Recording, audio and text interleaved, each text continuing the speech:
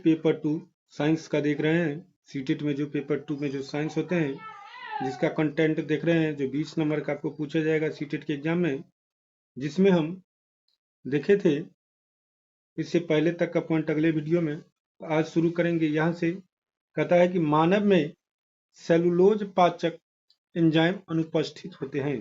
ध्यान दीजिएगा, मानव में जो होता है सेलुलोज के पाचन करने वाला, जो सेलुलोज को पचाते हैं, उसका एंजाइम क्या होते हैं, अनुपस्थित होते हैं, क्योंकि इनका स्रावन करने वाली कृमि रूप परिशोषिका जो निष्क्रिय होती है, जिसमें तो मानव में, जिसको हम अवशेषी अंग कहते हैं। तो अवशेषी अंग क्या होते हैं, किसका, तो सेलुलोज को पाचन करने वाला अवशेषी अंग जो होते हैं मानव में क्या होते हैं, अनुपस्थित होते हैं।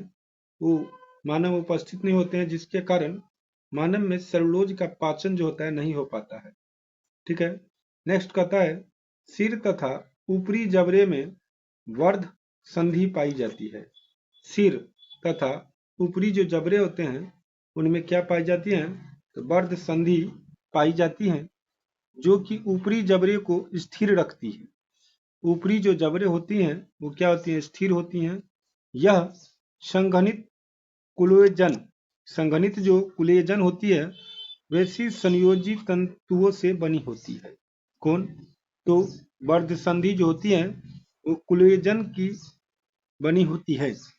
नेक्स्ट पॉइंट है, नेक्स्ट पॉइंट कहता है कि साफ जल का सबसे बेहतरीन स्रोत जो है वो वर्षा जल है। साफ जल का सबसे बेहतरीन स्रोत अर्थात सबसे अच्छा स्रोत क्या है, वर्षा जल है। नेक्स्ट पॉइंट कहता है कि बुध और शनि का परिक्रमण काल पृथ्वी के परिक्रमण काल की तुलना में छोटा होता है। याद रखिएगा कि बुध और शनि का जो परिक्रमण काल होता है वो पृथ्वी के परिक्रमण काल की तुलना में क्या होता है, तो छोटा होता है।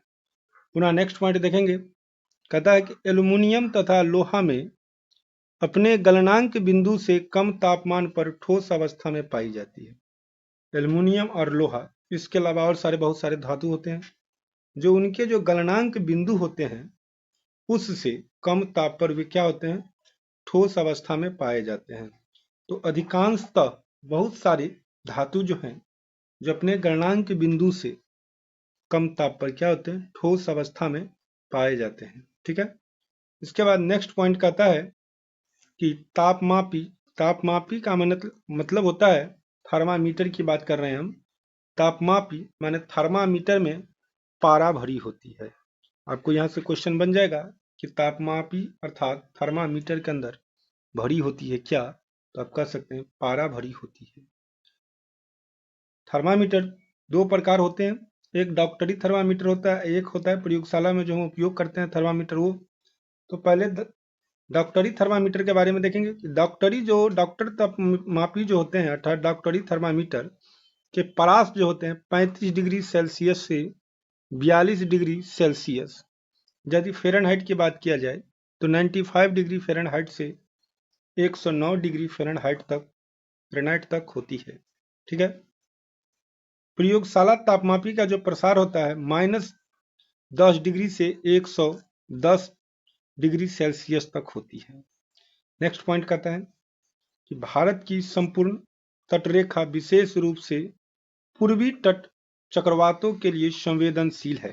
ध्यान दीजिएगा, भारत की जो संपूर्ण तटरेखा है, तटरेखा कहने का मतलब हुआ जो समुद्र के किनार पर होते हैं। जैसे भारत के ये हम दक्षिणी छोर लिए हैं, नीचे आपको कौन सा है, तो हिंद महासागर है, इधर बंगाल की खाड़ी हो गया और इधर क्या हो गया आपका अरब सागर।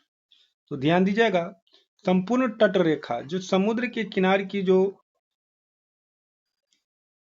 तटरेखा है अर्थात समुद्र के किनारे पे बसे जो शहर हैं, राज्य हैं, और उसमें खास कर पूर्वी जो तट हैं, पूर्वी तट जो बंगाल के खाड़ी की ओर स्थित है, उधर चक्रवात के लिए वे क्या है, सबसे संवेदनशील है।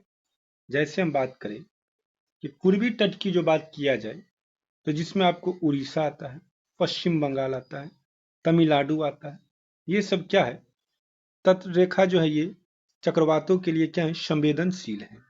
नेक्स्ट